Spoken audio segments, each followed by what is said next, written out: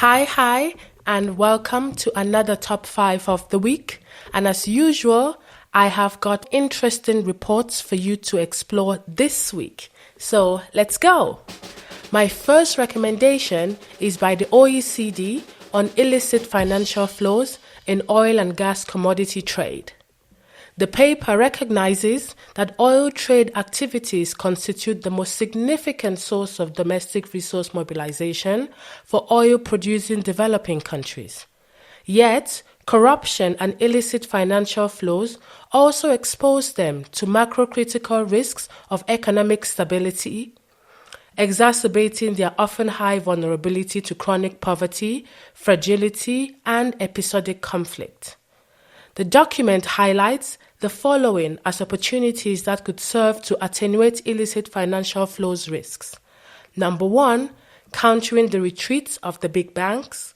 Number 2, assisting traders to gain an appreciable sense of their role as ostensible development finance providers.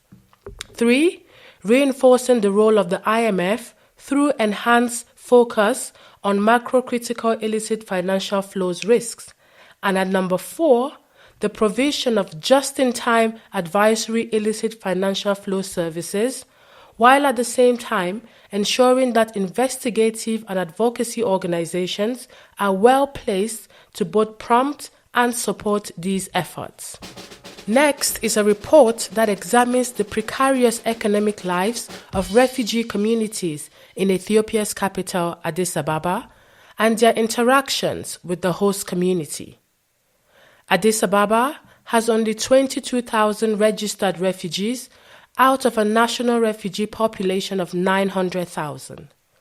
They comprise two main groups, Eritrean and Somali refugees. Based on qualitative research and a survey of 2,441 refugees and members of the proximate host community, the report draws upon the data to consider the prospects for a sustainable urban response in the context of Ethiopia's adoption of the new refugee proclamation in 2019, which appears to provide refugees with the right to work and freedom of movement. My third recommendation is a compilation of good practices from the Global South, mainly from Brazil and the African region, that showcases notable solutions at the national, sub-regional, regional, and global levels to crucial challenges faced by developing countries in the area of food security. The good practices gathered here, which are also relevant to the unprecedented global health crisis triggered by the COVID-19 pandemic, aim to benefit developing countries seeking to scale up South-South and triangular cooperation initiatives, particularly in the widespread application of policies, strategies, and programs relating to food security and agriculture. At number 4 is a report that presents the findings of a study that identifies products and markets with export growth potential in countries in the COMESA region. It identifies opportunities for export growth in African markets with and without the implementation of the AfCFTA. The report also identifies opportunities for regional value chain development and highlights industries with high female labor participation to support inclusive development. My last recommendation for this week is on technology as an enabler for addressing the COVID-19 challenges in the East African community.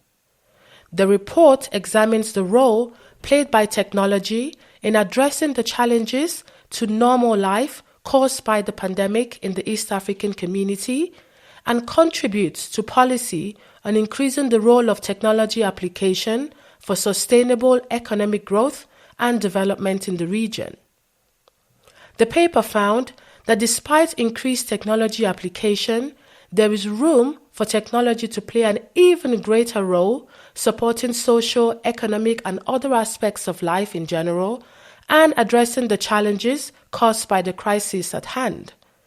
To achieve this, the document notes that the East African community should improve access to technology for the majority, especially among women and rural communities, support creation of an enabling environment for technology development, and expand and develop telecommunication network infrastructure inter alia. That's it. Pick one or two and let me know what you think. Have a great week, everyone, and goodbye.